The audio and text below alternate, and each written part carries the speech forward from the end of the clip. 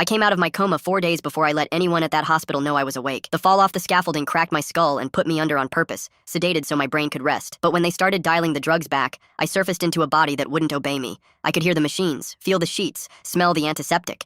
And I couldn't lift a finger, couldn't open my eyes, couldn't make a sound, locked inside myself like a passenger with no controls. The first voice I caught was my wife's out in the hall, low and gentle in a way she hadn't used on me in years. "I know, I miss you too," she murmured. "Just hang in there a little longer, okay? It's almost over. It'll be worth it, I promise." Then she came in, sat by the bed, folded my hand in both of hers, and told me she loved me. Her voice was flat and dutiful when she said it to me, nothing like the warmth she'd carried into the hallway. That night I managed to twitch 2 fingers, and the night nurse caught it instantly. "You're responding. Let me get your family, they'll want to know." I squeezed once, hard. She frowned and asked if I was sure. I squeezed again. I didn't understand yet what I'd overheard, but every instinct I had said, stay quiet and listen. My best friend Dominic came by the next afternoon and stepped out to take a call, not knowing I could hear every word. "Stop it," he said, half laughing, voice dropping soft. "You're terrible. I know. We just have to be patient. Soon. It'll all be worth it. Trust me." I knew that laugh. He'd been my best friend since we were 19. When he hung up, he came in and held my hand and said he couldn't imagine what I was going through, that he just needed me to wake up so everything could go back to how it was. 2 calls, 2 people I trusted, 2 secrets. I got the nurse to slip a pen into my hand and scratched a note for my doctor. "Don't tell them I'm awake. Let me hear." He read it, studied my face for a long moment, and nodded. A few days later, my mother-in-law arrived and got to the point before she'd even taken off her coat. "I don't mean to be cold," she told my wife,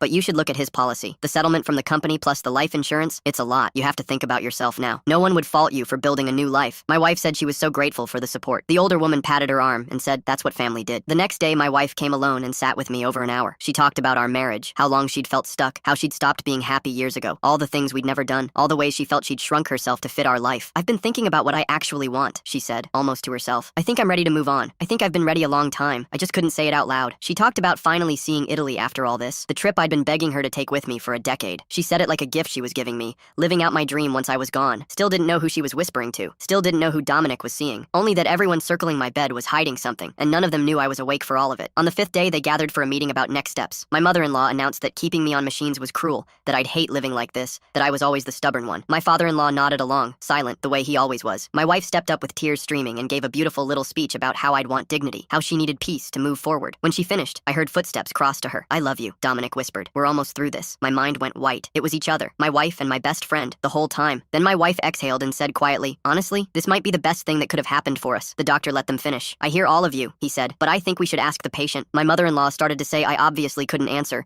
and stopped cold when I opened my eyes. My wife was holding Dominic's hand. Both their faces dropped the instant they saw me looking straight at them. "Say that again," I rasped. "The part about the best thing that could have happened." My wife dissolved, apologizing over and over. Dominic couldn't meet my eyes. I pressed the call button and had security walk every one of them out. At the door, my wife turned back to look at me. I gave her a small smile. "He's all yours," I said. "Congratulations. You two deserve exactly each other."